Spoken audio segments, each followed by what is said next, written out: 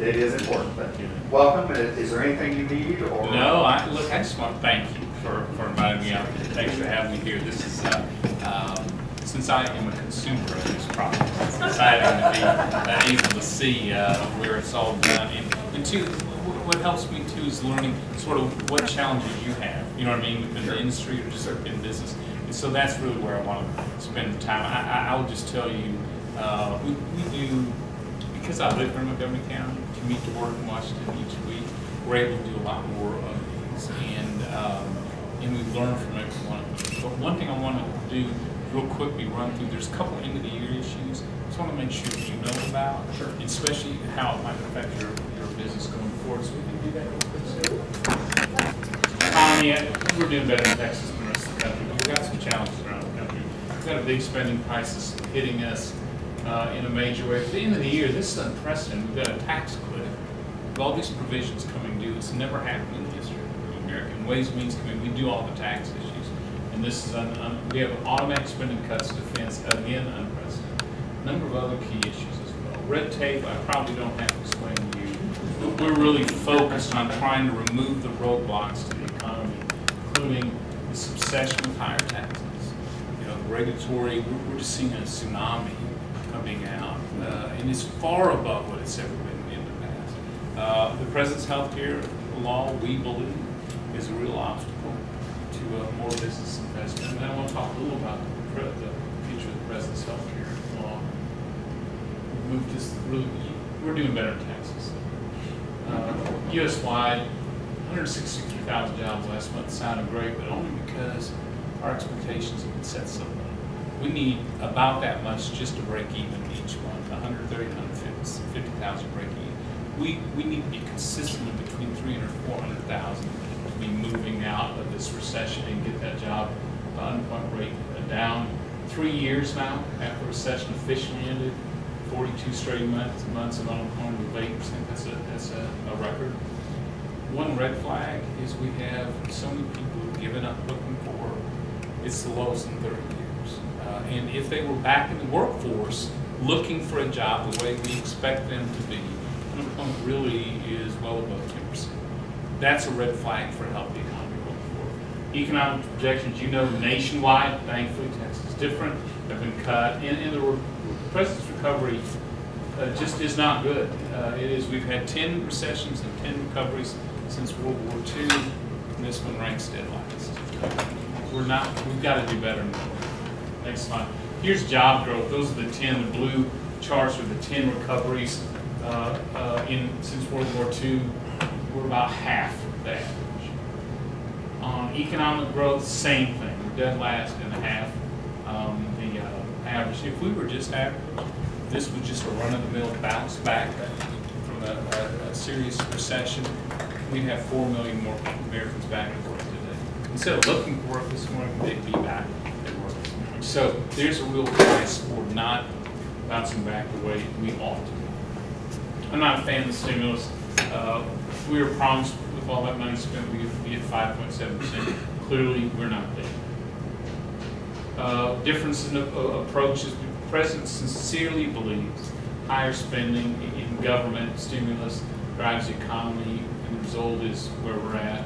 Reagan took a different approach. He really went a free market approach, lower taxes, balance regulation, get Main Street investing again. Huge difference in recoveries. In fact, the first 4 years Reagan created 9 million new jobs.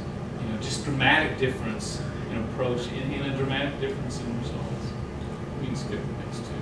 This one. This is the spending. This is where we're at today. This chart is one of my favorite because it really shows what our future is if we don't change our ways. We're right here getting ready to take off. This green, that's spending, and debt. This is the revenue. And you can tell over the last 70 years, with some peaks and valleys, we're still about 19% of our economy we devote to the federal government, our overhead in effect. And when our economy bounces back, we'll generate about 19%, but you can tell it doesn't come ever close to being enough revenue. You literally can't tax your way back to a balanced budget. We could double everyone's taxes in this room and every business in this country, we still wouldn't balance the budget even this year. You could confiscate every dime of the so-called wealthy. would come close to it. You got to restrain the spending. And this, in real terms, where we're at that red ink, because we have 2 young boys. We adopted 2 little boys. They're just great. But a child, I always think of these charts and the way they affect our family. A child born today at Conroe Regional, their share of the red ink is already $47,000. So a baby born today owes Uncle Sam a new Lexus. If we don't change our ways, by the time they're 13, they owe a second. By the time they're 22 and they finish school, they've done Lone Star, they're at SAM or A&M or University of Houston, wherever, they're getting ready to start their life, they'll owe a third. Good news is young people don't have to buy luxury sedans for Uncle Sam, but they pay the price a different way. When you have that much debt, just like in your business, when you're devoting that much revenue to debt, your growth slows down, your sales slows down, you don't make the right investments. And so, and taxes go up and interest rates, borrowing rates go up as well with that much debt. So the price to a young person from that chart, if left unchecked, is at a time when they're getting ready to start their lives. There'll be fewer jobs for them to go for, and if they get that job, they'll have less money in their pocket as a result.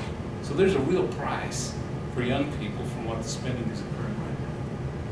This is, Republicans spent too much. There's no question about it. And you can see the deficits under President Bush, but here's updated from the White House's own charts. This is our debt going forward. As you can tell, it's never been dreamed of. In fact, in the next couple of weeks, we expect America's debt to go over $16 trillion, which isn't just a number. It was almost unimaginable just a few years ago.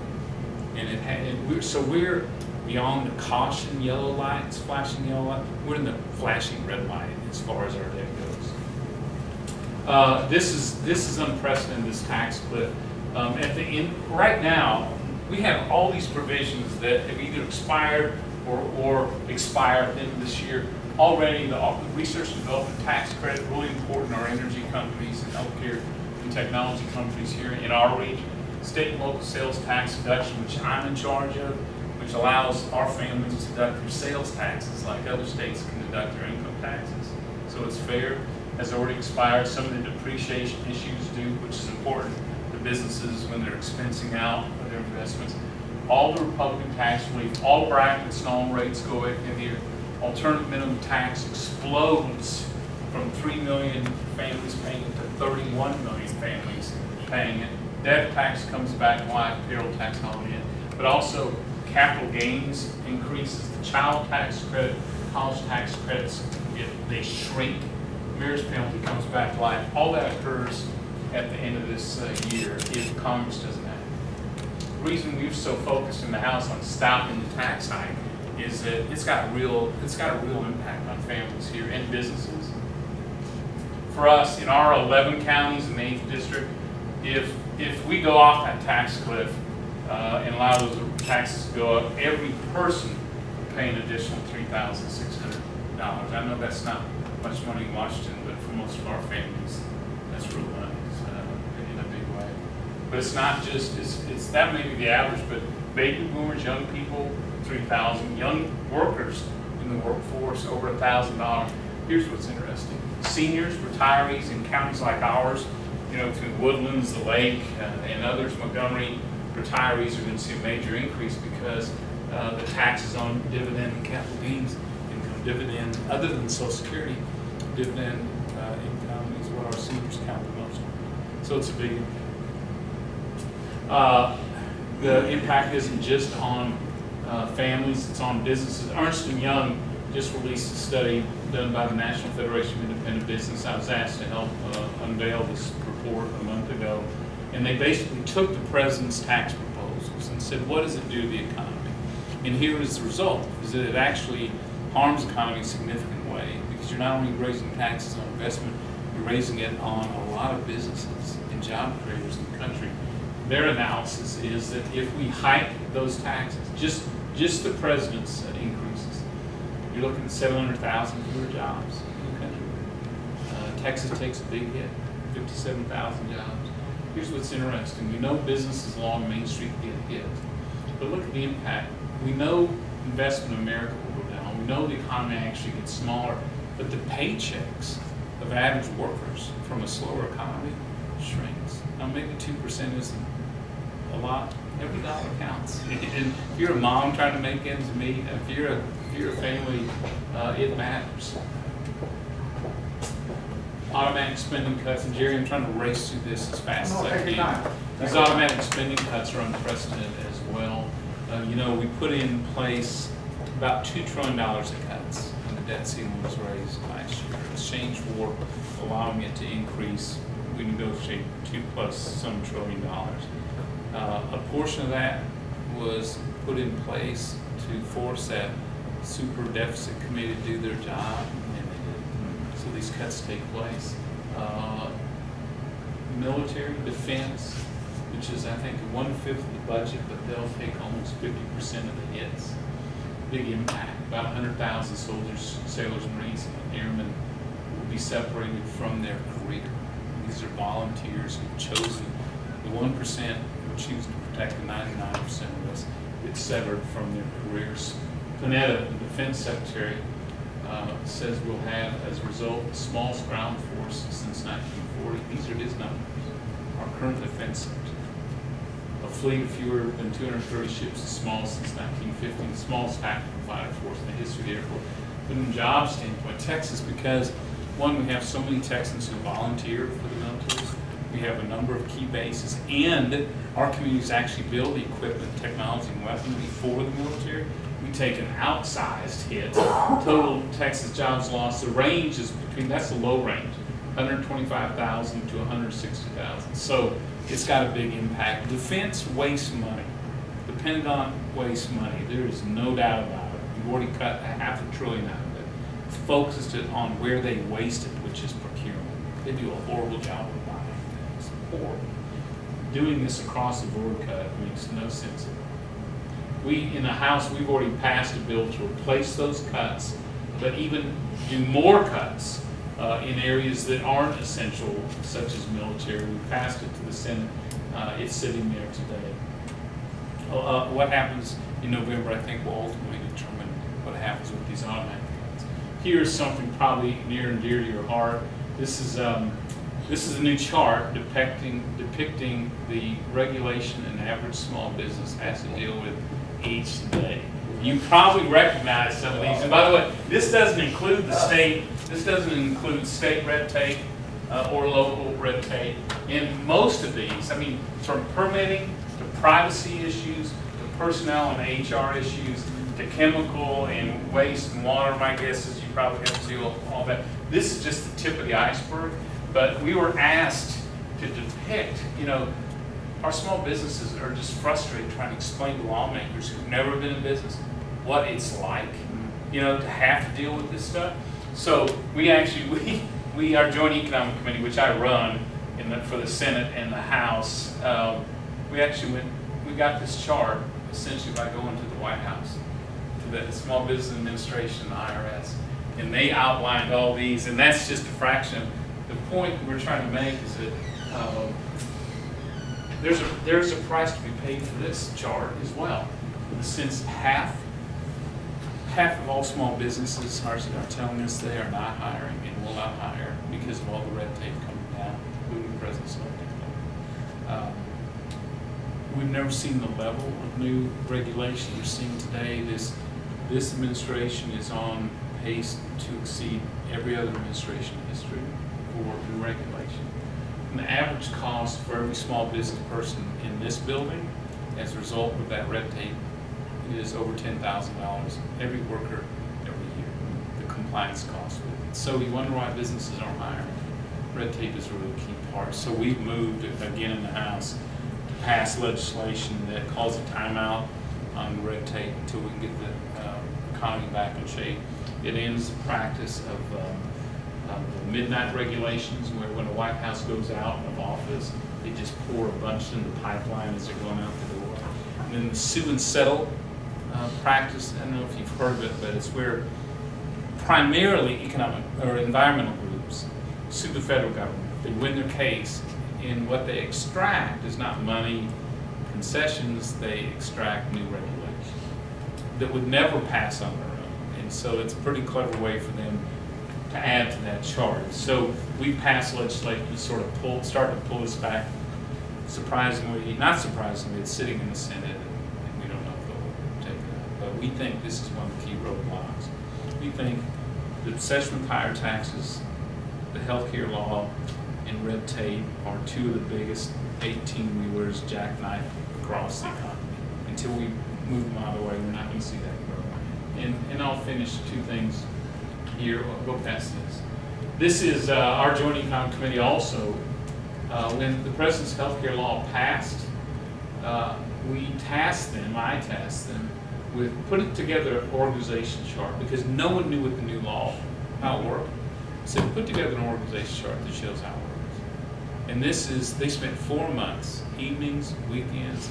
They read through every provision in the 2,800 and some pages. Probably the first group to actually do that, and came up with this organization chart. They since amended it for the Supreme Court decision, but here's what it is. The Supreme Court changed the constitutional mandate to buy insurance to a tax. They gave the states the option out of Medicaid, but what they left in place was, in between your doctor and patients, about 159 new federal agencies and bureaucracies and commissions that didn't exist before on top of the current system. They left in place, all these green boxes are $1 trillion in new taxes, 21 or half of which hit middle class. Left in place a bunch of cuts to seniors. They left in place in these rust-colored circles several of the key future rationing organizations. Not immediately, but as this runs out of money, by law, they cut treatments to seniors, not by denying them treatment, but not reimbursing doctors or hospitals to do the surgery. So they get to it a second way. And so we think, by the way, we couldn't fit all the new bureaucracy on one page. This is 1/3. So that is the new environment we're working under. And I'll finish with this next slide. That slide looks like a New York subway map. Yeah, isn't it? And it's scary. And you know, if you go to our website on it, and you pull it up and look real closely to demonstrate the accuracy of it, embedded in every box and in every reporting line and tax line and oversight line is exact provision of the law that created it. Yeah, absolutely. So we think it's pretty accurate, unfortunately. So I was disappointed in that ruling, obviously. We were worried about Justice Kennedy. Turns out he got it right. Justice Roberts and others reached their ruling. But in the ruling, almost word for word, they said, we can't say, this court can't save the American public from their political decisions. In other words, if you don't like that law, you repeal it at the ballot box, not in the courts. So they really pushed that issue back to the people. So in November, as we go to the polls, all of this, one of the key questions that America is going to decide. First one, is it a problem that Washington spends too much, or is it a problem that takes too little of America? Because that's at the heart of every disagreement we have right now. You know, spending or taxes. How large a government do you want or are willing to pay for it? Because you're going to end up, that will fall on you and our kids. Finally, do you want the president's health care law to stand? Is the law playing? So at the end of the day, it comes back to us. And again, the reason we like to do town hall meetings, as many visits as we can like this, is to get your views on some of those answers to those questions, and also any issues we need to have on our radar as we're trying to fight to get this economy back on track. That was I don't talk that fast. That was the fastest I can do it. So, have you ever thought about being in sales? Yeah. Well, with the 10% approval rating, no. No, I'm not.